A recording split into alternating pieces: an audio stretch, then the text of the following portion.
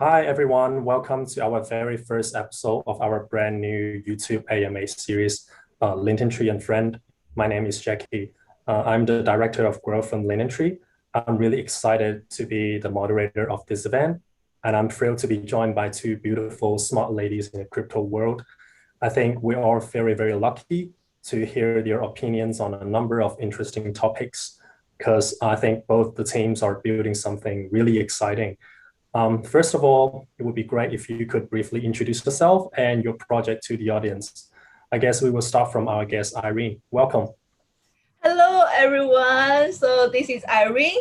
I'm the CMO of Konomi Network, where I'm driving marketing, social media advertising, and community effort. So Konomi is a full suite asset management solution for cross-chain crypto assets using Substrate as the development framework. The network aims to support more assets in the Polkadot ecosystem. So users could manage their crypto holdings positions, trade assets, and earn interest through decentralized money market products. Konomi also issues its native network token in order to kickstart liquidity and decentralized governance. Thank you. And Lily? Hi, everyone. I'm Lilly. I'm the CPO at Litentry.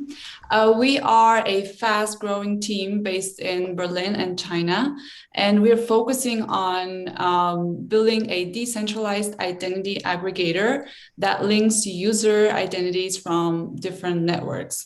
Basically, our protocol enables easy access to integrated identity data on the Web3 network, while we also ensure that there is reliability, security, and integrity of the data.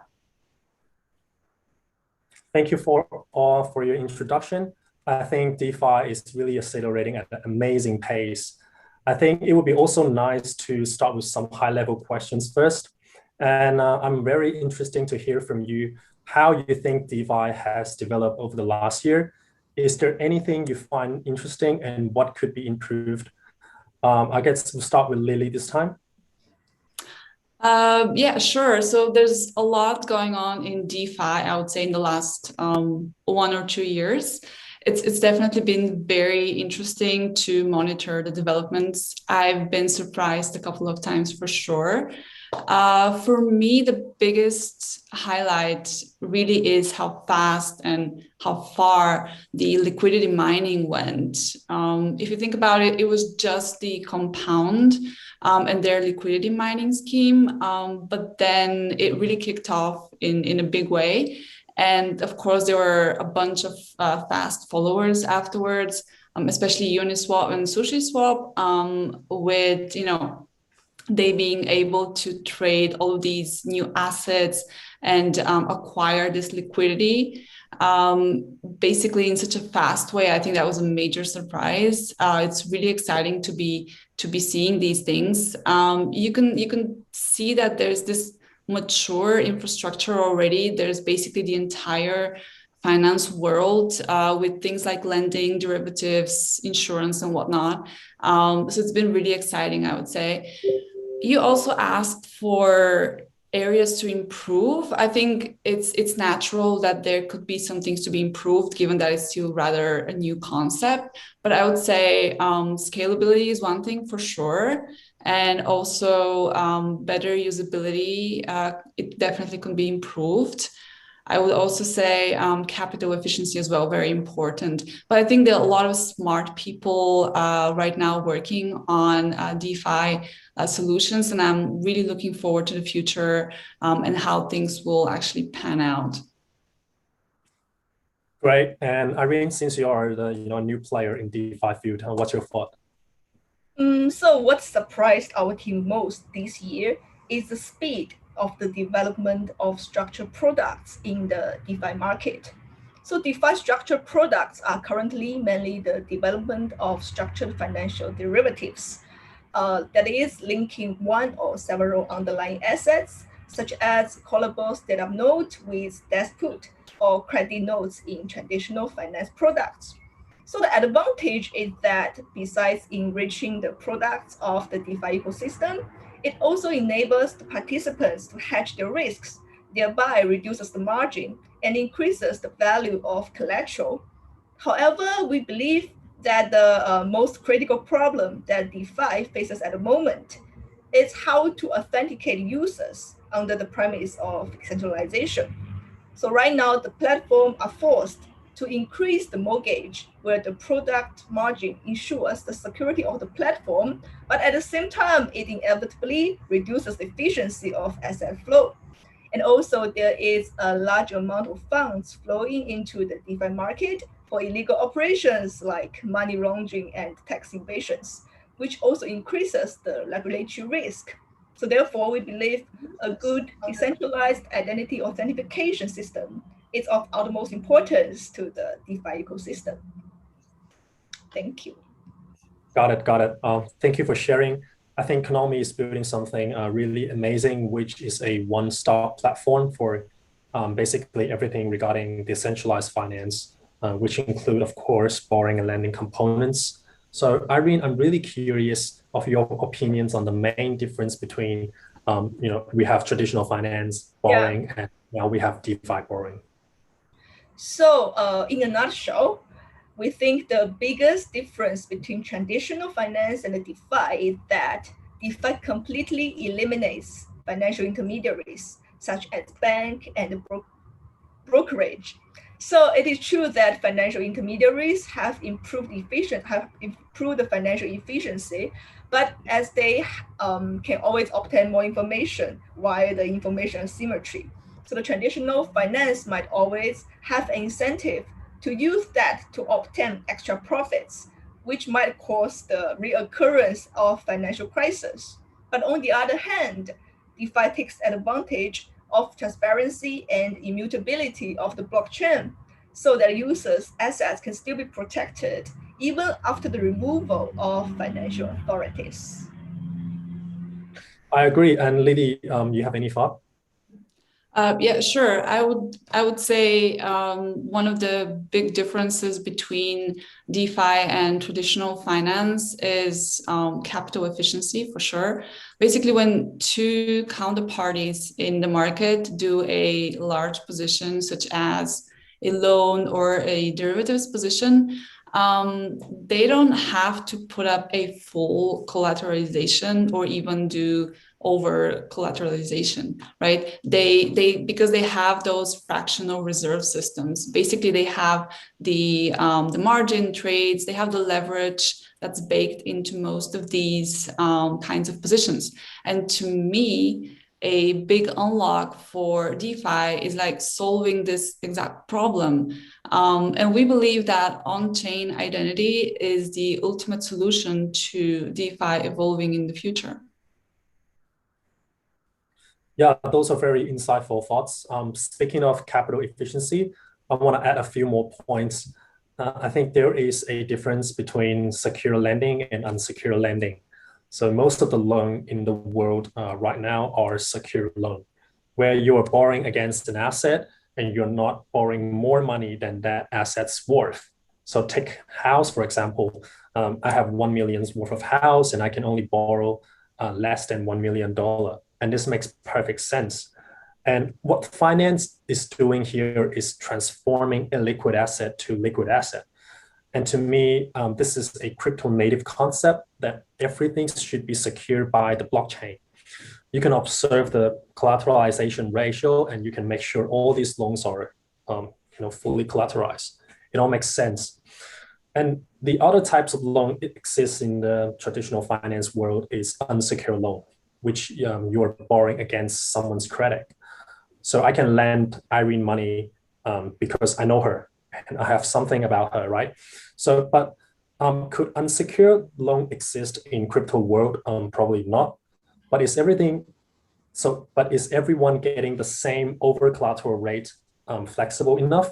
So this is the question I want to raise. As we know, Litentry and Konomi has formed a partnership recently. So Lilly, could you tell me about the details of the partnership? Is there anything to do with what we've talked about? Yeah, sure. The objective of our partnership is to target the issue that we just discussed, actually basically providing more flexibility and preferential treatment to DeFi users, so that at the same time they can also ensure that they have the security and privacy that they need. Under this partnership, what we are going to do is we're going to use our on-chain identity aggregation data, and we're also going to use the credit computation model. And together with Konomi, we'll figure out ways how we can adjust and sort of figure out a collateral rate that also credit scores based on the user verified on-chain identity. This score in general will be derived from different algorithms, use different variables such as, loan repayment period or leverage ratio and so on. And so we'll be having this very sophisticated algorithms to help us to determine those rates. And what we are going to do together with Konomi is that we're going to use the decentralized credit rating model and the extensive data that we have to actually achieve more significant insights and outputs through this collaboration. Yeah, and Irene, what do you think about partnering with us? Yeah, so I think our collaboration with Litentry will undoubtedly bring more value to our Konomi users, as we always explore new ways to adjust and integrate collateral rates, as well as credit scores based on a user's verified online identity. So as an interoperable platform with many of the currently available DeFi infrastructure, this integration will make it easier for Konomi users to efficiently utilize other DeFi platforms that require enhanced KYC or AML regulations from their user base. So as Lilly mentioned just now, Konomi will utilize Litentry's decentralized credit rating model and extensive data to achieve more significant insights and outputs. So our first use case will be around the user credit scores and how we can adjust collateral rates based on the individual user. Yeah, I'm very excited for the partnership. Yeah, I'm also very excited. I believe both of our team would work very closely and achieve so much beyond that. And I also believe in order to match the user experience in Web 2, Web 3 needs infrastructure to support the abilities of preferential treatment so that the services are not limited or compromised. And Lily, I understand knowing the person borrowing money against you can definitely make a huge difference and unleash the potentials of DeFi. However, for me, this is going to be less crypto native, knowing the person, because I need to know who that person is. And it fundamentally involves the concept of identity. So what is your view on on-chain privacy, and how is Litentry addressing this issue? I think that's a really good question. So first of all, when we say identity, and we use this a lot, right? Identity, we don't really mean your traditional know your customer sort of information. We're not interested in your ID. We're not interested in your full name or location and age and so on. We are only going to get information that is available publicly on chain. And so when we extract data for the purposes of analysis, it's only going to be those sort of things like liquidity providing history, borrowing history, and so on, like the level of engagement in governance that you have and so on. So everything that is already publicly available. And on top of that, of course, we take privacy and security very seriously. So for us, those two are very important topics, and we fully comply with the Web3 Consortium DID standards. We don't store any data. We implement decentralized storage, in fact, and our network, we don't store user identity data except for the encrypted account DID relationships. We return the rest of the data to the user in real time. And also what we do is everything's under encryption, and everything's equipped with ID obfuscation technology to further hide the owner's ID. And I also want to stress one more thing. So Litentry doesn't really make the decision when it comes to data sharing at all. It's totally up to the user to decide what sort of information they want to share and when. And in addition to that, we're also working together with other projects, for example, with Zcloak and Automata. They are both working on privacy solutions. And we're exploring ways together with them to figure out if we can do, for example, zero knowledge proof or on-chain diffuser systems to even preserve even more, the user's data. Thank you for sharing. It's super helpful. So Irene, I am interested in Konomi's user experience comparing to the existing money market protocol out there. How does Konomi's team ensure the end-to-end experience is powerful and distinct? Thanks for the question. So first of all, compared to other DeFi lending platforms, Konomi has lower transaction fee and liquidation penalties. Secondly, benefiting from Konomi's good economic model and risk control system, our collateral prices will be on average about 5% higher than other platforms. And last but not least, we have from the outset designed our system to make sure it's very easy to use, especially for users who are pretty new to the DeFi. So any new user only needs to spend around 20 minutes to become very proficient at using most of our Konomi functions. Thank you. Oh yeah, sounds really amazing. Yeah, that's very good directions. I truly agree with that because I think normal people don't care about the tag, they don't care about the process, they care about the result and the experience they have. They basically want all the complexity subtracted away. I want to ask Lily a similar question as well. What is the experience, and what is the thing that is going to drive product market fit? Right. I think that's very important to be aware of this. I think we believe that products should serve humanity. They should improve our lives, and they should give us convenience and not necessarily surveilling the user so people and companies can profit from them. Litentry actually wants to preserve user interests, including privacy, including data security, because we believe that it should be the user at the end who owns these things. And we want to empower users to actually, we want to give them an alternative option for identity data management. And so we believe that it's when we place the user needs at the heart of our products, it's then that we truly empower them, and we believe that product market fit will then follow. Wow, it's great to hear your thoughts.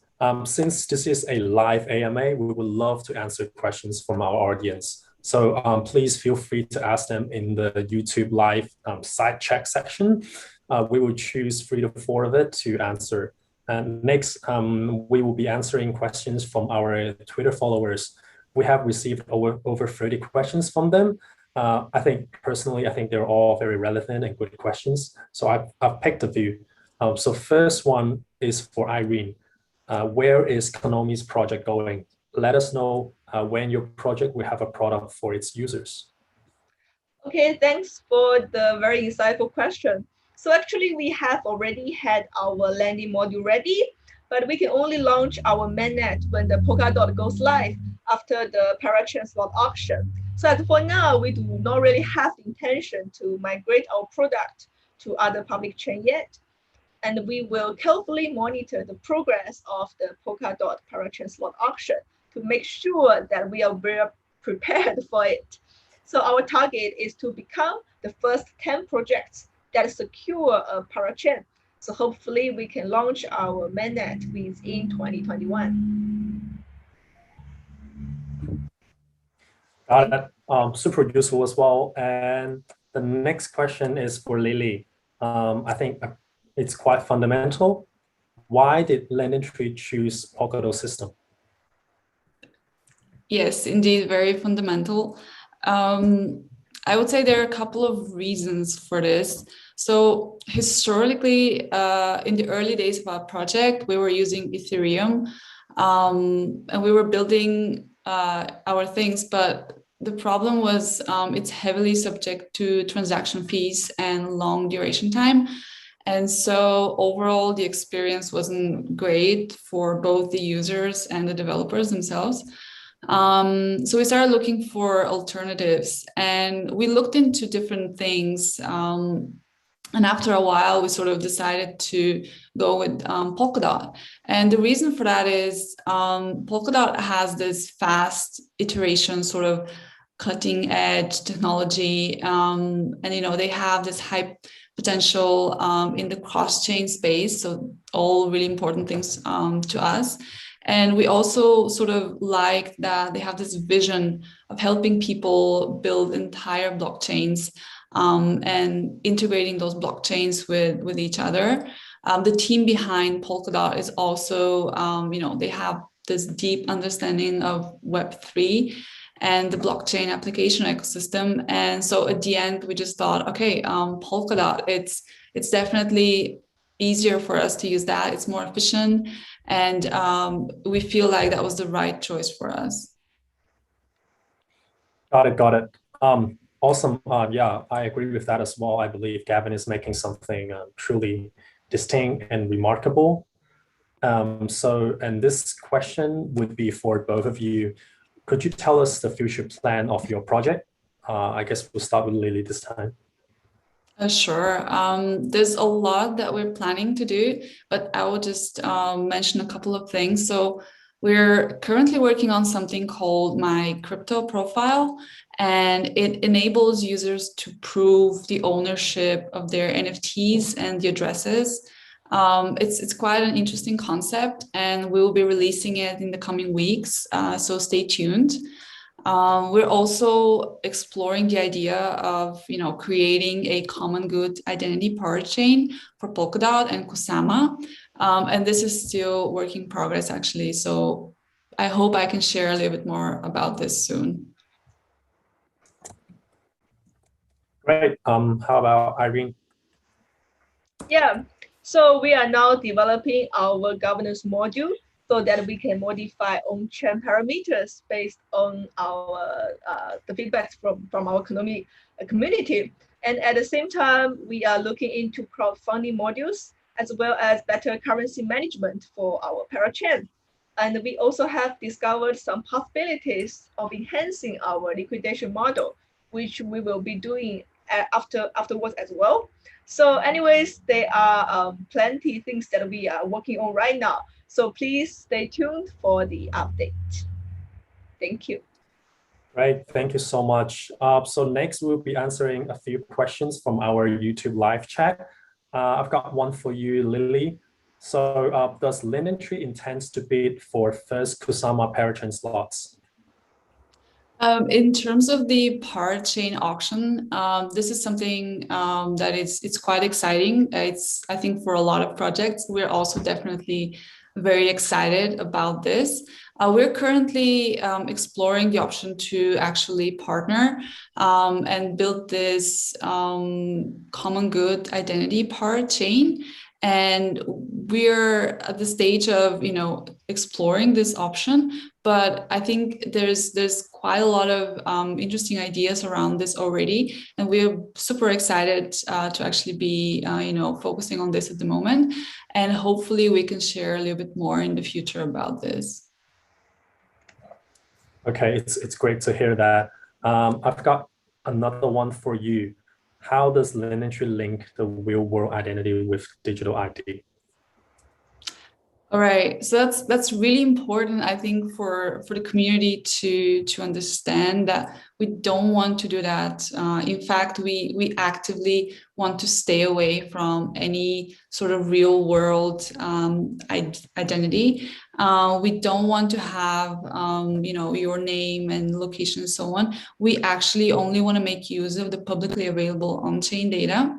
There's already a lot of interesting analysis that can be done with the publicly available on-chain data. And so I think we will be focusing on this. So no plans to link real world identity with on-chain stuff. Yeah, thank you so much. Yeah, do you guys have any final thoughts for this partnership?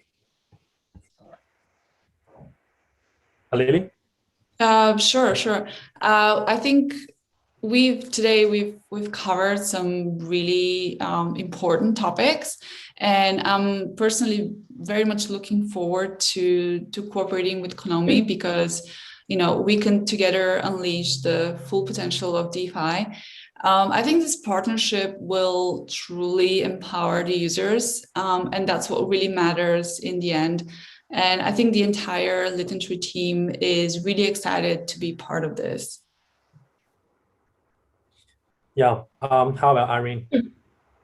Yeah, so I believe our partnership with Litentry will definitely bring more value to our community, economic community, as we explore new ways to adjust and integrate collateral rates and credit scores based on a user's verified online identity.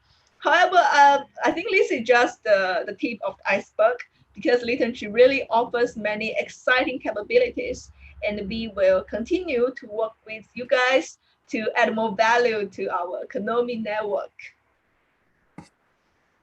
Yeah, great. So thank you so much for sharing your thoughts. And it's all super impressive. And I'm really grateful there are smart teams like us and yours really putting together a product that is going to make a difference in the space. And I think this is going to open people's eye to what blockchain and smart contract can really do, separately from simply generating token. And thank you so much for discussing here with me today. And Irene, thank you so much for being our first guest in the Litentry and Friends series. Thank you for having me. Yeah, I'm looking forward to see you again soon, hopefully in person. And don't forget to join our Telegram community, follow our Twitter, and subscribe to our channel. I would see you. Bye. Bye-bye.